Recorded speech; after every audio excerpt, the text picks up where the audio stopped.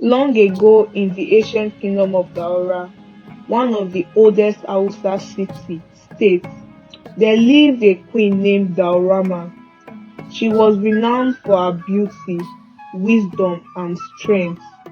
Her people adored her for her fairness and leadership, but they also feared her pride and temper. Daurama ruled at a time when Daura was flourishing, with fertile lands, a flowing river, and a bustling trade route. Yet, beneath this prosperity lay a shadow of arrogance.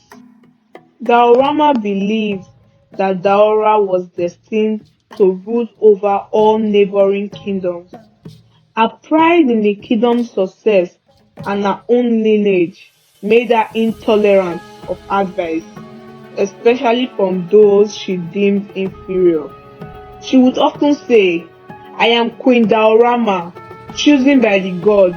My decision shapes the fate of Daura. Who dares to question me?" One year, a terrible drought struck the land. The once abundant rivers dried up, the crops withered, and the people of Daura faced hunger and thirst.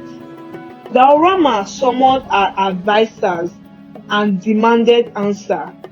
The oldest advisor, Malambako, bowed before her and said, "Your Majesty, the gods may be angry with us.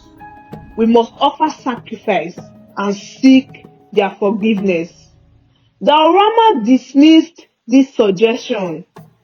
"Why should the gods be angry? I have ruled justly. This drought is a test of our strength, and I will not grovel for favor." She ordered the people to dig deeper wells, but no water was found. The drought persisted, and the people began to murmur that their queen's pride had angered the gods. One evening, a wandering soothsayer arrived in Daura.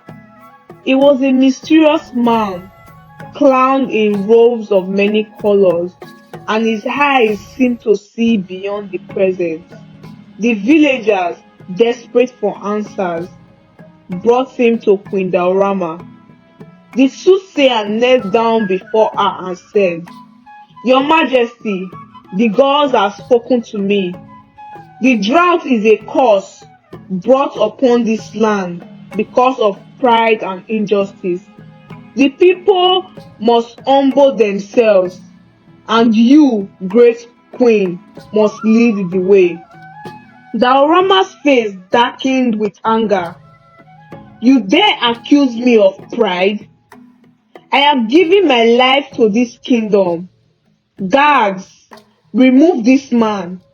The soothsayer raised a hand and said, "Mark my words, O queen. If you do not heed this warning, Daura will face a curse far worse than the drought. A curse that will haunt your name for generations." The queen scoffed, and the soothsayer was driven out of the city. As the drought continued, word spread that the last well with water was the Kusungu well, just outside the city. However, a great serpent had taken residence there. The snake, known as Saki, allowed no one to draw water unless they offered a live goat as payment. Desperate, the villagers began sacrificing their livestock to the snake. Soon the number of goats dwindled, and even this water source seemed out of reach. The people begged Queen Daurama to intervene. Instead, she declared, "I will not bow to a snake. Let those who wish to live under such tyranny fend for themselves."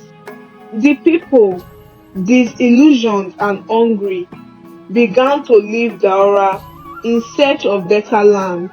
A once thriving kingdom became eerily quiet. One fateful day, a weary traveler arrived in Daura. He was Bayajidda, a prince from the east who had fled his homeland after a betrayal. Bayajidda was strong, wise, and courageous. When he learned of the serpent at Uzungu well, he vowed to free the people from its tyranny. Bayajidda crafted a sword and went to the well under the cover of night. There he faced the monstrous serpent in a fierce battle. The ground trembled and the well seemed to boil as the two fought. Finally, Bayajidda struck the serpent's head, killing it. The water of Kusungu well flowed freely again. The people rejoiced and hailed Bayajidda as a hero. Queen Daurama, impressed by his bravery, invited him to her palace. Despite the joy of the people, the soothsayer warning loomed.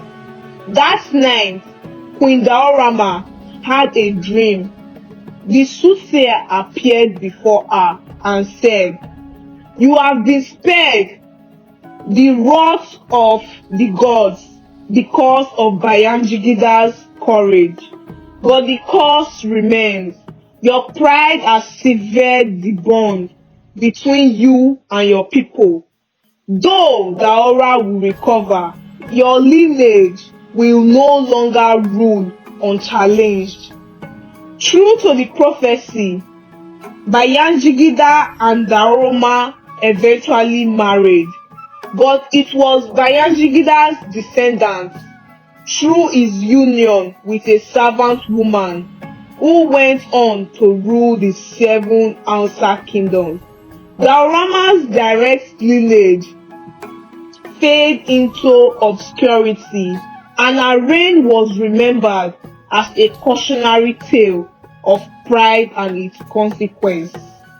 Moral of the story: pride blinds even the wisest ruler, and those who fail to heed warning risk losing everything they hold dear.